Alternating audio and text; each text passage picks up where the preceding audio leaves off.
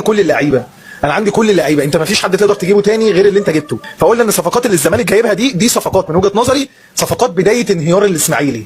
ايه دخل الزمالك دلوقتي وهنرجع تاني للاهلي؟ لان انا شفت بص عايزين لعيبه كبار وعايزين لعيبه صفقات ممتازه وعايزين لعيبه ممتازه وعايزين مش عارف ايه البص اللي انا جبته لكم، فاللي هو احنا محتاجين، انت مش عارف تجيب اللعيبه ده، خلاص كل اللعيبه دي خدها النادي الاهلي.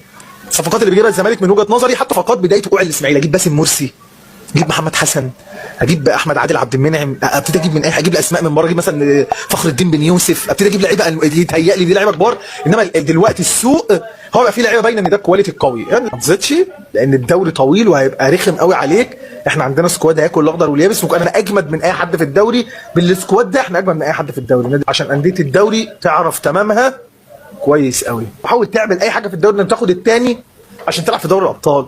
طيب ده كان قبل ما الموسم يبدأ.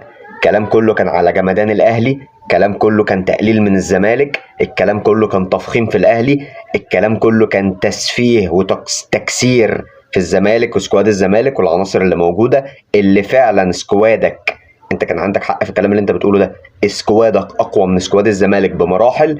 ولكن الحال اتغير دلوقتي، وتعالى نسمع كلامك او كلامكو، لان الكلام ده على لسان كل الاهلاويه، مش المحترم بس اللي بيتكلم، على لسان كل الاهلاويه قبل نهايه الموسم بقى، وبعد كل النتائج السلبيه اللي النادي بتاعك والمليارات بتوعك عملوها. انا ببص على فكره على سكواد الزمالك ده، سكواد الزمالك بالنسبه له اعمق من الاهلي. ايوه هو عنده 11 عنده وينج واثنين، ايوه صح، والوينج اللي بينزل مش عارف بيعمل ايه وعنده ايه بيعمل، فطبيعي جدا يا جماعه. لا والزمالك عنده لعيبه في نص الملعب كتير قوي، يعني دونجا مشي ما حسيتش ان دونجا مشي، عنده شحاته وعنده اللاعب اللي اسمه محمد السيد وعنده ربيع تقريبا، عنده ربيع وعنده جهاد على فكره كمان، جهاد اللي رجع مصاب ورجع ومش عارف ايه.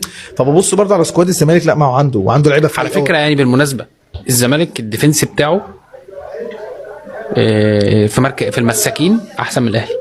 عادي جدا طبعا. الباك ليفت يعني بالعمري بدأ يدي بصمات بس بنتاج كويس جدا. والبديل بتاعه مين؟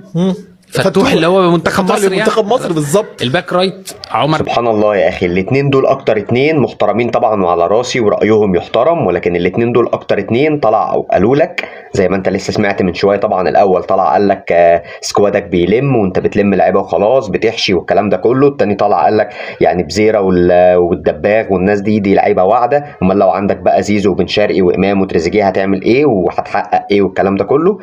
فيعني الكلام بيختلف حسب النتائج، وتقدر تقول اي حاجه في حق الفرق اللي ضدك الا ان انت تدي الزمالك ولاعيبته وجمهور الزمالك حقهم. بتقول اي حاجه وبتنافق باي طريقه علشان ما تديش المنافس بتاعك حقه باي شكل من الاشكال. هي دي الدماغ الاهلاويه للاسف اللي المفروض ان الواحد يتعامل معاها.